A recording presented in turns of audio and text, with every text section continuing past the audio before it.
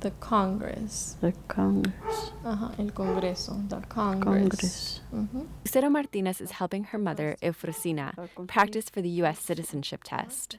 Eufrosina doesn't speak English, so Lucero is helping her learn the answers to the citizenship test questions in both languages.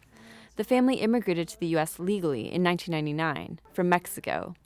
Eufrosina, who's 66, has been eligible for citizenship for more than a decade, but it wasn't until a few months ago that she decided to take action. The reason? Donald Trump. That man, I don't know, it's like he discriminates against all of us people who are Hispanic. Eufrosina's not sure who she's going to vote for yet. She just doesn't want Trump to win. Trump has proposed building a 2,000-mile wall between the U.S. and Mexico and deporting millions of immigrants. He's called Mexican immigrants rapists and criminals. Eufrosina's among a rising number of immigrants in San Diego rushing to become citizens so they can vote in the coming elections. In response to the demand, a program called Cultivando Liderazgo is training students to help their parents and other community members. Lucero is a student at Cal State University San Marcos, where Cultivando Liderazgo workshops review the content of the U.S. citizenship test, as well as a sort of crash course in U.S. history and politics.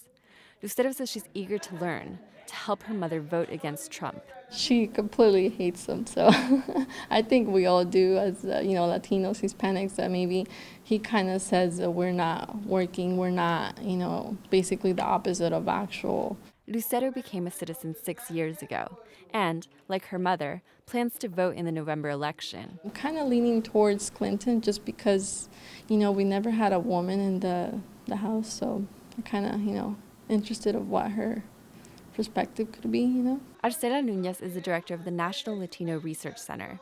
She designed and helps lead some Cultivando Liderazgo workshops. So what it means is essentially nurturing or cultivating leadership. Hispanics make up more than a third of the population in San Diego County. Núñez says civic engagement is relatively low among them.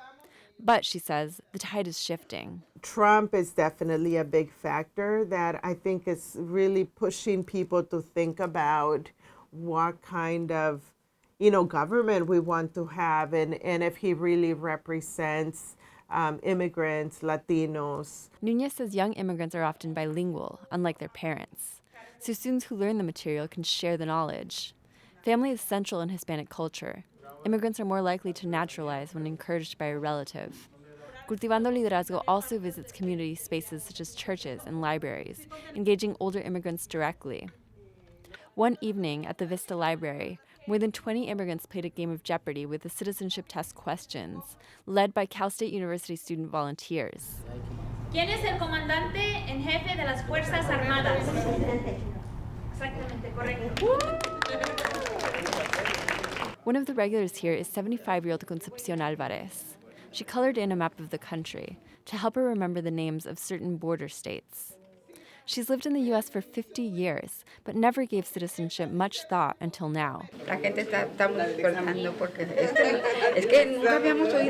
think we're waking up because we've never heard anyone say things so ugly as what that man says. By that man, she means Trump.